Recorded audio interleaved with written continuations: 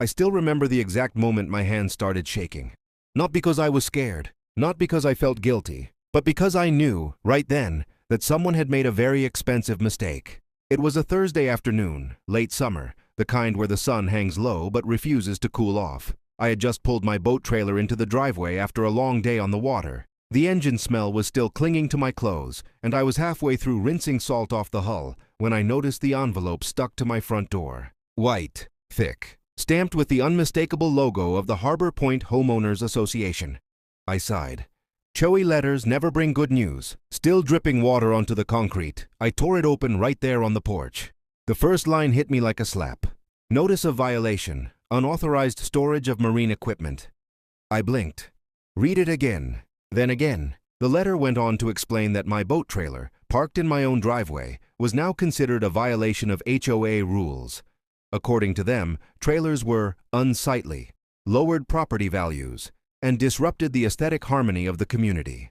They gave me 72 hours to remove it, or face fines, daily fines, and potential legal action. I laughed out loud, actually laughed, because this wasn't just my house. This wasn't just my driveway. This was my waterfront property, the same waterfront their entire community depended on. But they clearly didn't remember that. Or worse, they never knew. I bought my home 10 years earlier, long before Harbor Point became the polished, manicured, HOA-controlled neighborhood it is today. Back then it was just land, a strip of shoreline, an old marina that barely functioned. Most people passed on it. I didn't. Because I read the documents. Every single one. The survey maps, the county records, the easements, and one detail stood out like a flare in the dark. The waterfront lot, the one with direct access to the marina, was not part of any HOA. It predated the HOA, legally, permanently. That meant I could park my boat, store my trailer, launch whenever I wanted, and more importantly, the marina itself, the docks, the slips, the boardwalk, sat on land that was technically mine. Leased, not owned. But nobody talked about that anymore, especially not the HOA board. Harbor Point's HOA was run by a small group of retirees and wannabe executives who treated the community like a corporate empire. The president, Gary, was a former middle manager who missed telling people what to do.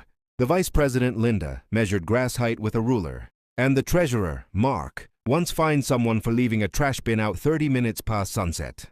They loved rules. They loved enforcement. And most of all, they loved reminding residents who was in charge. Apparently, they thought that included me. I decided not to respond right away. Instead, I parked the trailer exactly where it was. Front and center, perfectly aligned. And waited. 2 days later, another letter arrived. This one was angrier. Final warning. Failure to comply will result in daily fines of $250 and legal proceedings. That's when disbelief turned into irritation. Because this wasn't a misunderstanding. This was an HOA trying to assert authority where it had none. So I did the polite thing. I emailed them. Short. Professional. Calm. I attached copies of my deed. Highlighted the section that clearly stated, property not subject to HOA covenants, restrictions, or authority. Then I hit send. I expected silence, or maybe an apology. What I got instead was something else entirely. 3 hours later, I received a reply. Your presence is required at the next HOA board meeting to discuss this matter. Required. That word did something to me. Because they still didn't understand. Or worse, they thought intimidation would work. So I replied with one sentence. I will attend. And that's when the real story began. The HOA board meeting was held in the community clubhouse, a glass front building overlooking the marina. My marina. I walked in calmly. No anger, no attitude, just documents tucked under my arm. The room was packed. Word had spread. Everyone wanted to see the guy defying the HOA. Gary sat at the center of the table like a judge. Linda stared at me like I'd committed a crime. Mark was already flipping through paperwork, pretending to be busy. Gary cleared his throat. Let's begin. Gary didn't waste time. Your boat trailer is in violation of community standards. I raised an eyebrow. Community standards don't apply to my property. Murmurs rippled through the room. Linda snapped, everyone follows the rules here. I smiled. Not everyone is part of your HOA. Silence. Gary leaned forward. You benefit from this community, the marina, the roads, the security. That's when I dropped the first bomb. I don't benefit from the marina, I said. You benefit from my land. Gasps, confusion, disbelief. Mark laughed nervously. That's not how it works. I slid the documents across the table. Actually, I said, it is. I walked them through it, slowly, calmly. The original land parcel, the lease agreement for the Marina, the expiration clause, every sentence they'd ignored for years. Gary's face drained of color.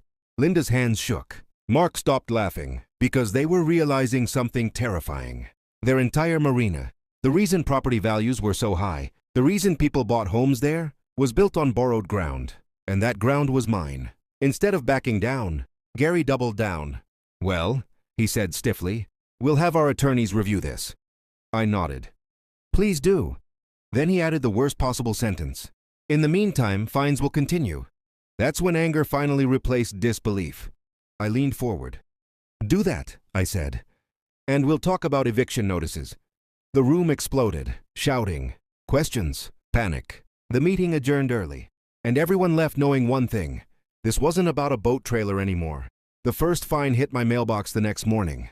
$250, then another. And another.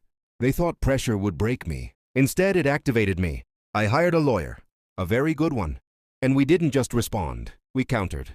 My lawyer sent a certified letter to the HOA. It outlined harassment, unauthorized fines, abuse of authority, breach of lease terms, and then the final paragraph. Effective immediately, we are reviewing termination of the Marina lease due to repeated violations. Panic followed. Emergency meetings, desperate emails, phone calls I didn't answer, because now they were trapped. During discovery, something incredible happened. We uncovered years of violations, late lease payments, unauthorized dock expansions, unapproved commercial use, every single one, grounds for termination. They'd gotten comfortable, arrogant, and now the bill was due. The court date arrived. The HOA showed up confident. They left shattered. The judge didn't even hesitate.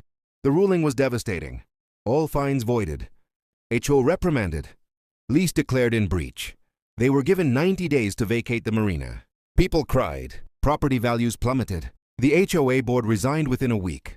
I didn't demolish the Marina. I did something smarter. I reopened it. Under my own management. With fair rules. No harassment. No power trips. And yes, boat trailers allowed. Right in the driveway. A month later, I received one final envelope. No logo. No threats. Just a handwritten note. We should have left you alone. I framed it and parked my trailer right where everyone could see it.